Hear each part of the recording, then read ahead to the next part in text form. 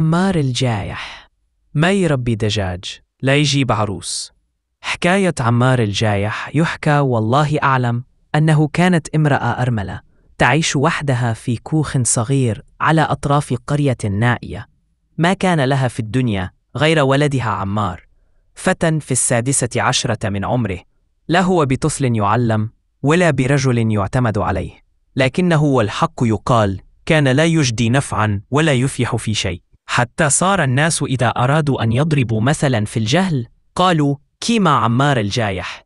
وأمه مسكينة كانت تخدم وتكد ليل نهار، تفسل عند الناس وتجمع الحطب وتبيع البيض والنعناع، وكل أملها أن ترى ولدها يرتب روحه.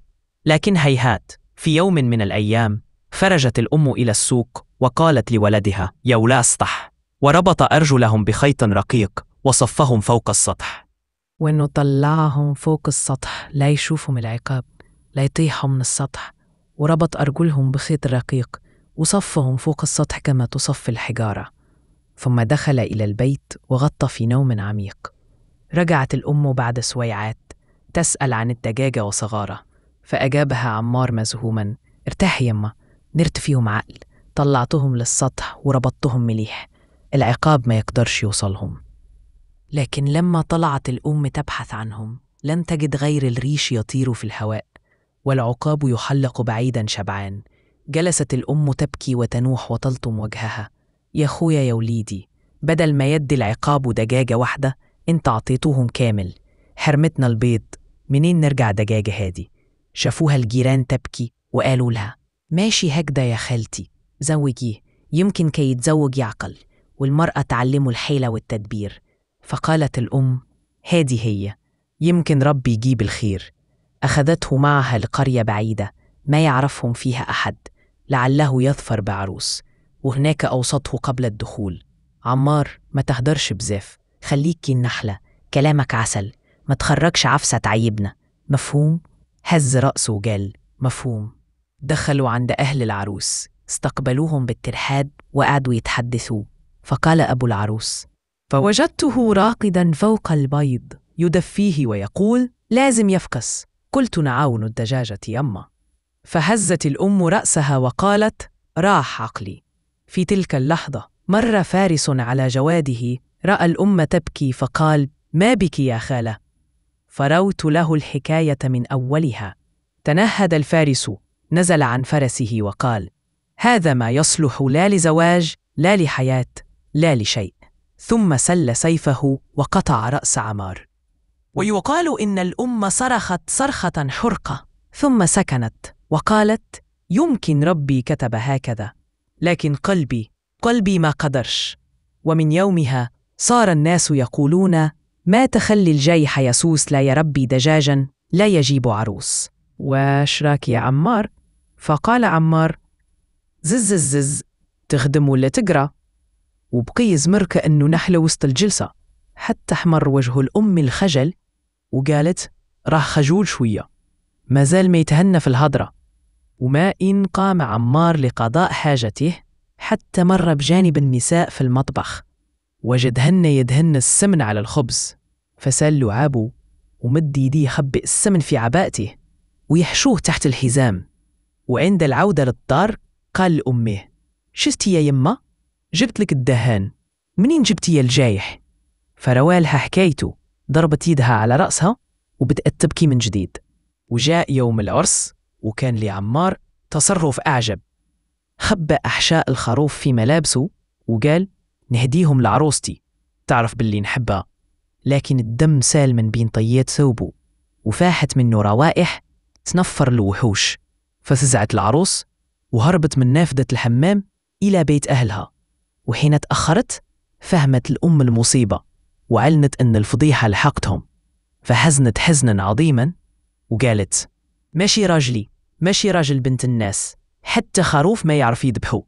وبعد أيام أرسلت إلى بيت أخته في قرية بعيدة ليأتي لها بالبيض، لكنه تأخر فذهبت تفتش عنهم فوجدت راقدا فوق البيض. يا هذا ما يصلح لا للزواج لا للحياة لا لشيء. ثم سل سيفه وقطع رأس عمار. ويقال إن الأم صرخت صرخة حرقة ثم سكنت وقالت: يمكن ربي كتب هكذا، لكن قلبي ما قدرش. ومن يومها صار الناس يقولون: لا يربي دجاج لا يجيب عروس. عمار الجايح: ما يربي دجاج لا يجيب عروس. حكاية عمار الجايح يحكى والله أعلم أنه كانت امرأة أرملة تعيش وحدها في كوخ صغير على أطراف قرية نائية.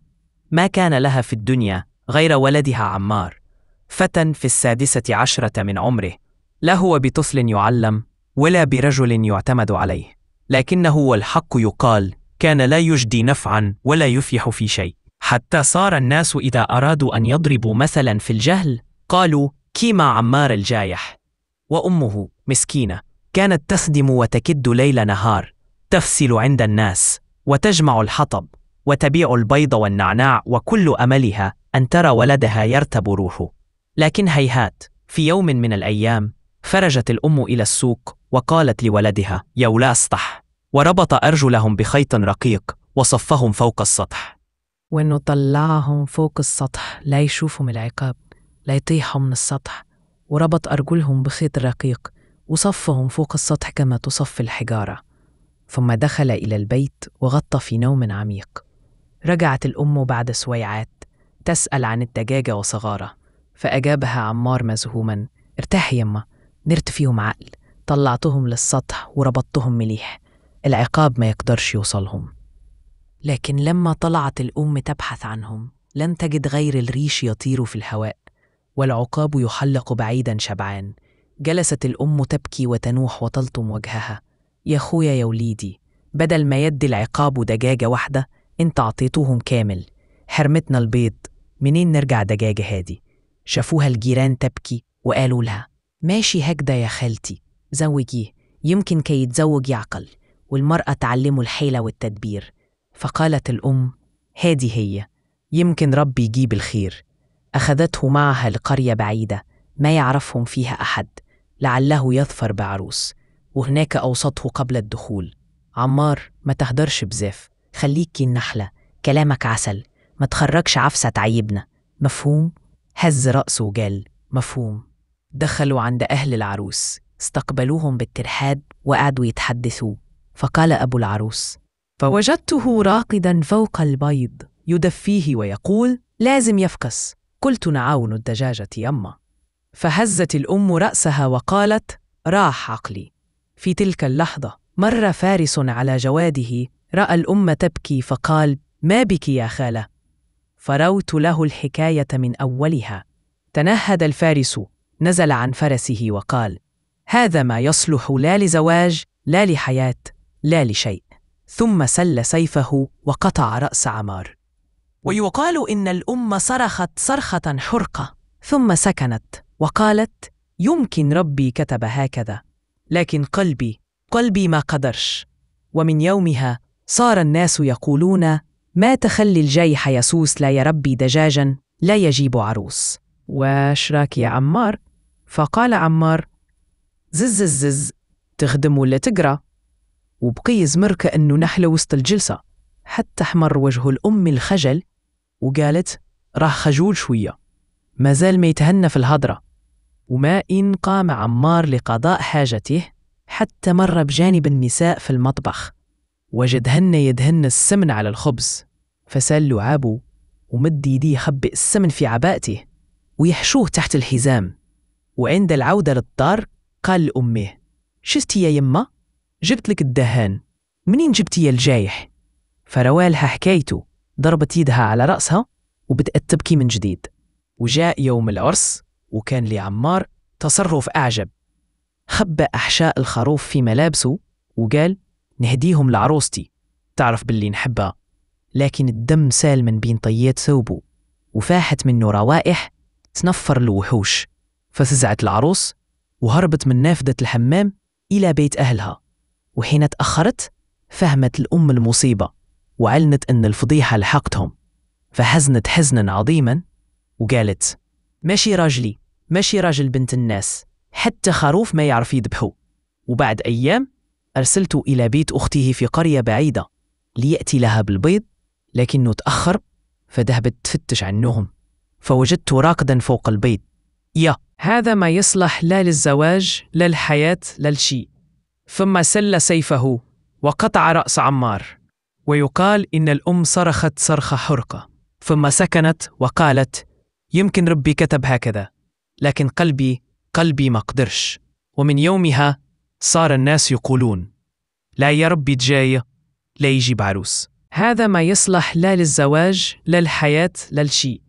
ثم سل سيفه وقطع رأس عمار. ويقال إن الأم صرخت صرخة حرقة، ثم سكنت وقالت: يمكن ربي كتب هكذا، لكن قلبي ما قدرش. ومن يومها صار الناس يقولون: لا يا ربي جاي لا يجيب عروس.